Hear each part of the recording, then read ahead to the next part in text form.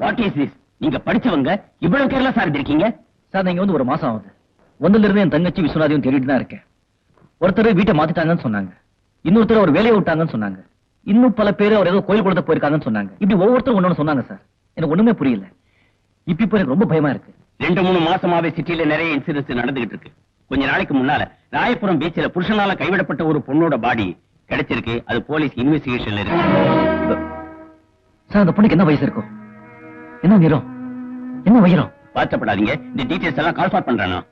Mambalam railway ட்ராக்ல 1.5 மாசத்துக்கு முன்னால ஒரு ஆணும் பொண்ணு விழுந்து சூசைட் பண்ணிக்கிட்டாங்க.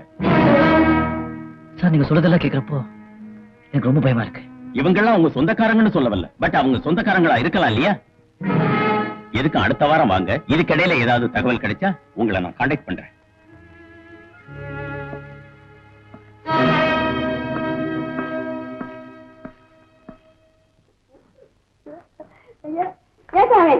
என்ன இன்னைக்கு தகதகன்னு ஜவலியை போட்டு கூட்டிட்டு வந்திருக்கிறா? இன்னைக்கு என்ன வேஷம், என்ன பேசணும், என்ன சமாச்சாரம்? அதெல்லாம் ஒரு கணக்கு. என்ன கணக்கு இருக்கு?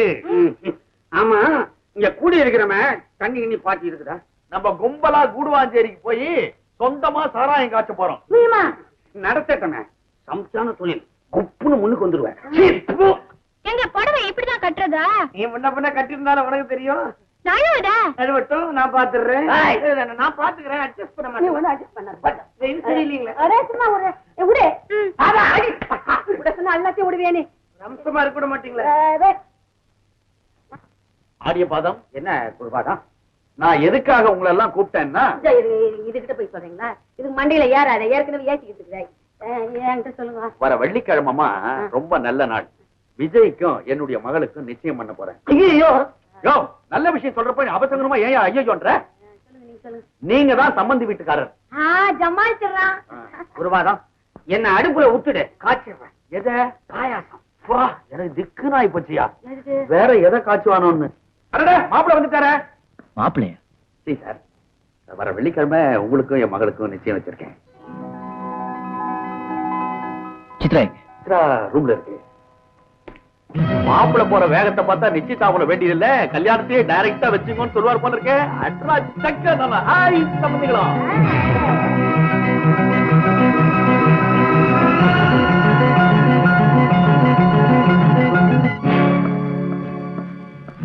சித்ரா நம்ம நிச்சயதார்த்தம் ஏற்பாடு நடத்துறதுக்கு தெரியல. ஏன் ஒரு மாதிரியா இருக்கு? இது உங்களுக்கு இஷ்டம் இல்லையா? அப்படின்னா என் கூட பழகினது, என்னை காதலிச்சது எல்லாமே பொய்ன்னு சொல்றியா? இல்ல, உங்க மேல எனக்கு ஏற்பட்ட காதல் உண்மையானது. ஆனா கல்யாணம்னாலே எனக்கு பயமா இருக்கு விஜய். வேடிக்கையா இருக்கு சித்ரா.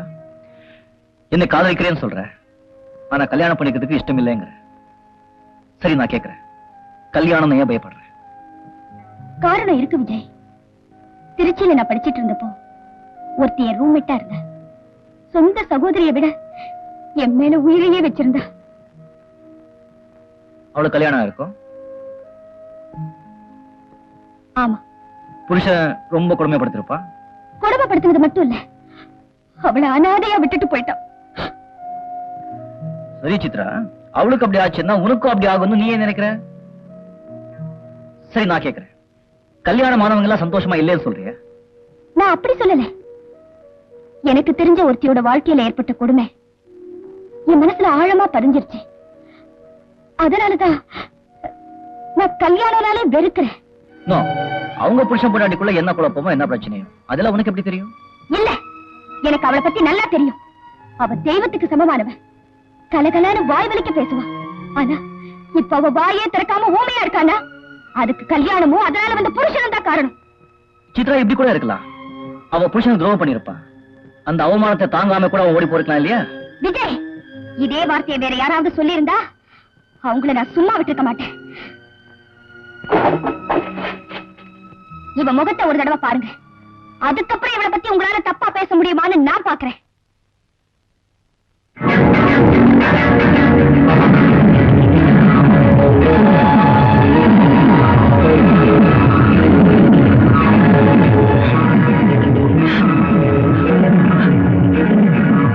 செல்வி,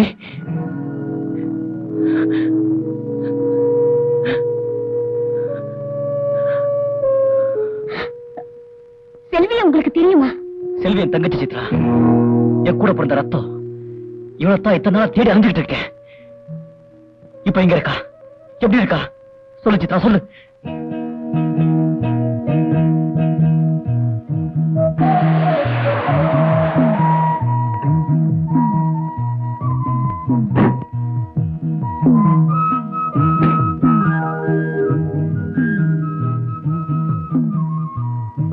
செல்வி, நல்லா இருக்கியா? சாப்பாடு ஆயிடுச்சா? ஓஹோ, சமையலே இப்பதான் ஆகுதா? ஆமா, நீ ஏதோ வேலைக்கு போயிட்டு இருந்தியே, இன்னைக்கு போகல?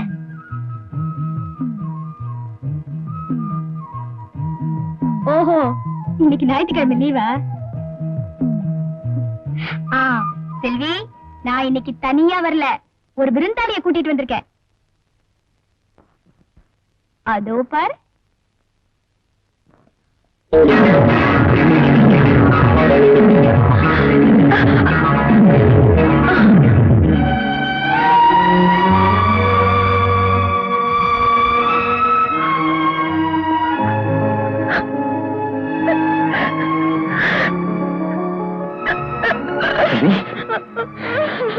செல்வி, நீ 5-6 மாசமா லெட்டர் போடலையா? நான் ரொம்ப குழம்பு போயிட்டப்பா. உன்னை பார்க்கணும் லீவ் போட்டு நான் எங்க எடுக்க தெரியுமா?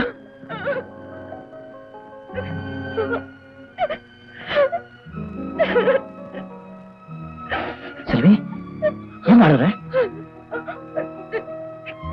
என்னாச்சு உனக்கு?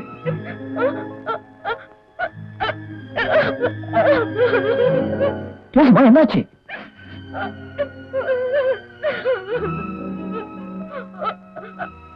என்னாச்சு உனக்கு? என்கிட்ட சொல்லுமா. ஏன் பேச மாட்டேங்கிற?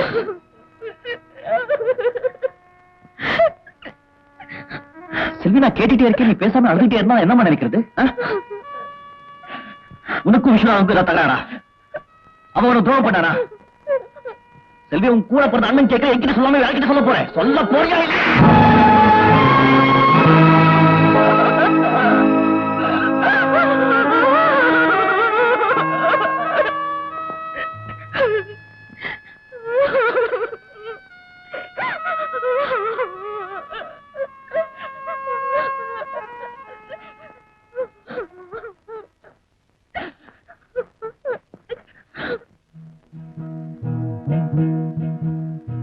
விஜய், செல்வியால தன் புருஷன் அயோக்கியன்னு சொல்ல முடியல, அதுவும் தன் அண்ணன் கிட்ட.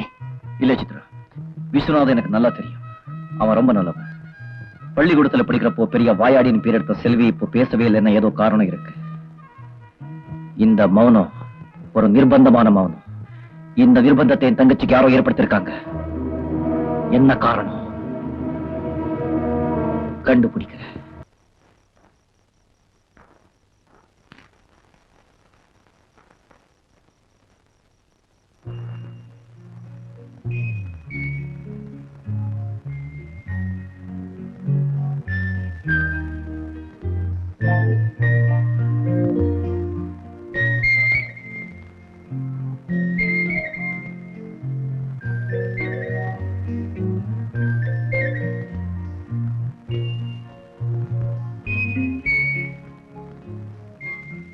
விஜய், செல்வி நல்லா தூங்கிட்டா. எனக்கு தூக்கமே வரல. வாங்க, இப்படி கொஞ்சம் நடந்துட்டு வரலாம். என்கிட்ட பேச மாட்டீங்களா? உங்களை பேச வைக்கிறேன் பாருங்களேன். உங்க முகம் இருக்கே, ரொம்ப கலையான முகம். ஆனா இப்ப பாக்குறது கூட சகிக்கல. இஞ்சி திங்கிற குரங்கு மூஞ்சி மாதிரி இருக்கு. ஆம்பளைங்களுக்கு மார்பிள் அடர்த்தியா முடி இருந்தா அழகா இருக்கும். நீங்க ஒண்ணுமே காணும். நீங்க ஆம்பளையே இல்லையா?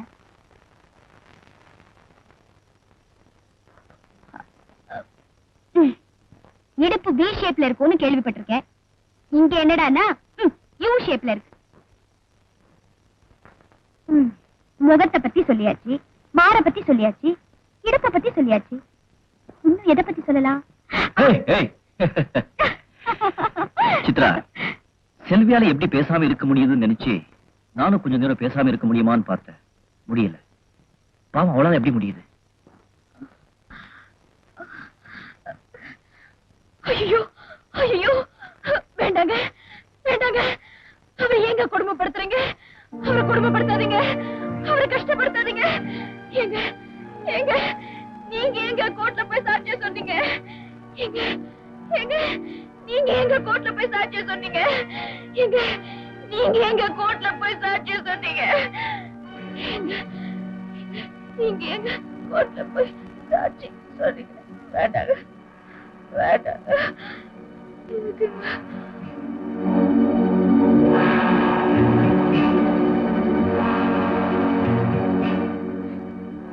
விஜய், என்னங்க இது?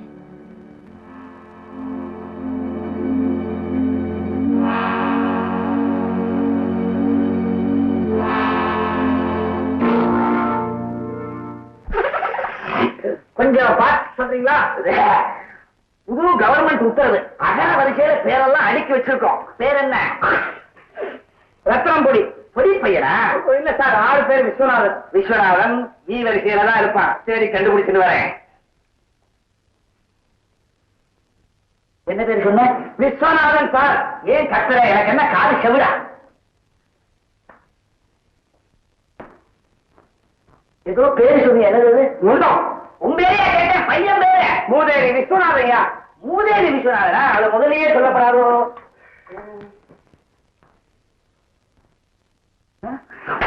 பேர் சொல்ல முடியாதியா?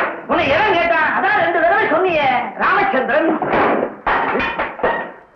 விஸ்வநாதன் சார். ஏன் இப்படி கத்திர இருக்கு? உனக்கு ஞாபகம் வருது ரொம்ப ஜாஸ்தி. விஸ்வநாதன் இதுலதான் இருப்பான். விஜயதசமிக்கு முத நாள் சாட்சி சொல்லி இருக்காரா?